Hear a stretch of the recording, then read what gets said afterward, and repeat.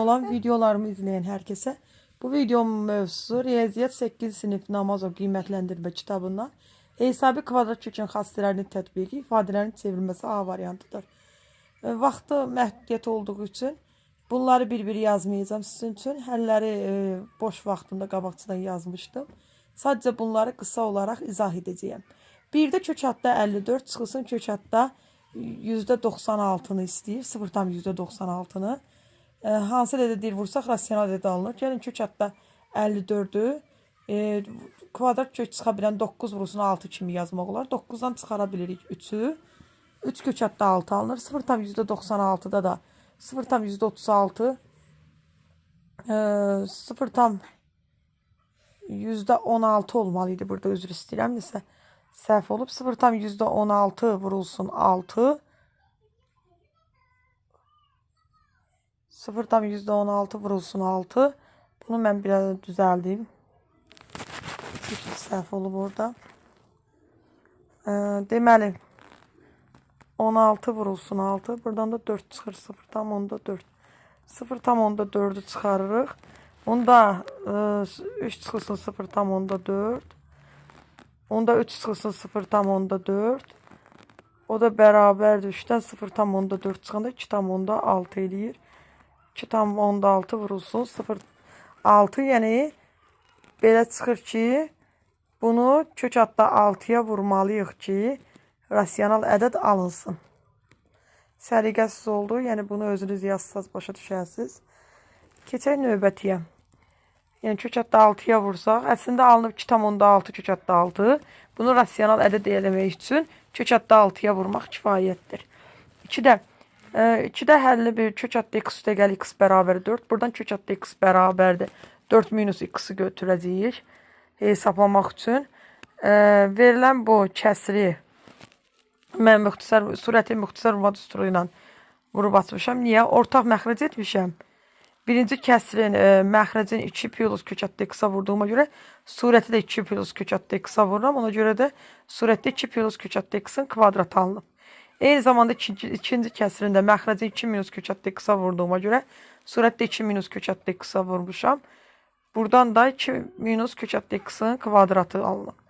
Bəli, bunları da müxtəsər vurma düsturu ilə yazmışam.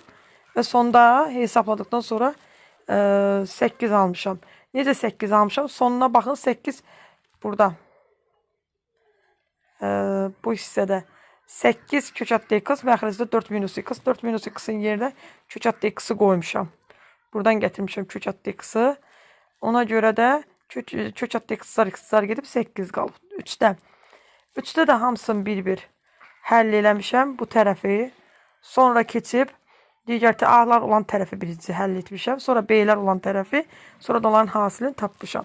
4'də verilən ədədlərin hamısını A kök həddə A üstü n-də yerinə qoyub hesablayıb yazmışam. 5'də kəsri deməli A-4'ü kök həddə A-nın kvadratı, 4'ü də 2'nin kvadratı kimi yazmaq olar. Müxtəsər vurma düsturu ilə açılışlarını yazıb ixtisar etmişəm. 6'da 6'nı biraz izahında belə bir şey qeyd edim ki sizə.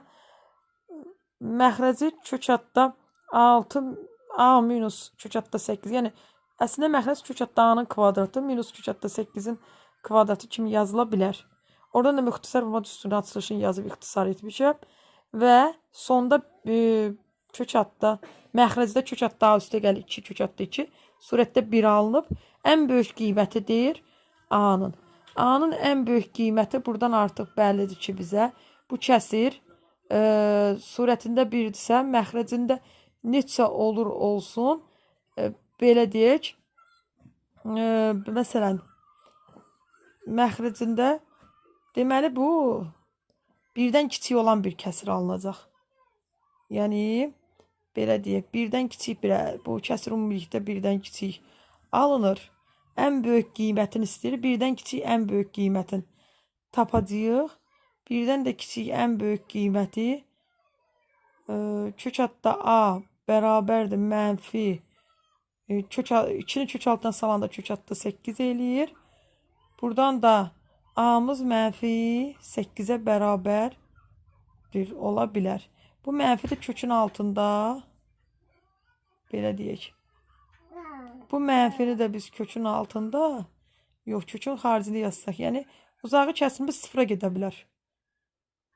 Bunda kök hatta A-nın yerində mənfi 2 kök hatta 2 yazmaq olar. Yəni sıfır aparaq deyə. A-mız mənfi 8 alınır. Sonra növbətiyə keçək. Növbəti də 7-də. 7-də proqram yenilənibdi ya şəkildə. Yəni üzərində yazmaq problemi olub mənim üçün nələrsə qeyd eləmək. Onun üçün proqram yenilənməsini mən şəkillər üzərində düzəlişlər edəndə bayaq gördünüz, ekran çox kiçik görünür. Hazır hamısını yazmışam. 7-də A üstəgəl B-ni 4 almışam. Birinci sütun üçün. Bunun həlli buraya yazmamışam. Bu 7-də birincinin həllin ayrıca bir vərəqdə yazmışam. Çünki bu hissəyə baxmayın, o ikincini burada yazmaq istədim. Amma sonra fikrimlə vaz keçdim. Elə orada yer var idi deyə yaza bildim. Öz üzərində yazdım. Bu 7-nin birinci sütunun həlləridir. Bura baxa bilərsiniz. Necə almışam? 7-nin ikinci sütununun həlli burada. 3, 4-ü də həll edib cavabları yazmışam. 8-də. 8-də A-B fərqi istədiyinə görə A-da və B-də verilənləri yerinə yazmışam. Və orta məxrəc edərək hesaplamışam bir-bir hamısını. Doğru bərabərliyi göstərin 9-da deyir.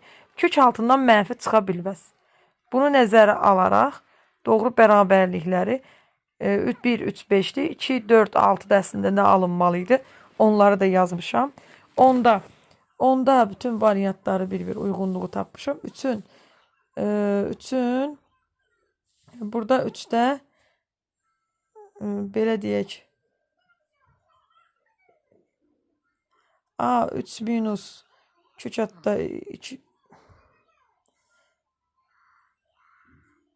3-də B-yə baxın. A-B hasılı 3-ə bərabərdir. Həmən yazdığım bu B-nin həllidir. Yəni A-B hasılı 3-ə bərabərdir dediyinə görə yerinə qoyub hesaplamışam. Və nümunə olaraq göstərmişəm bunu sizə. Orada da həqiqətən 3 alınır. Bu qədər həllər, bu qədər. Mən buna çox vaxt ayıra bilmədiyim üçün belə qısa-qısa izah etdim. Yəqin ki, siz də başa düşərsiniz. Məsləhətim odur ki, yazıb sonra buradan həlləri yoxlayasınız.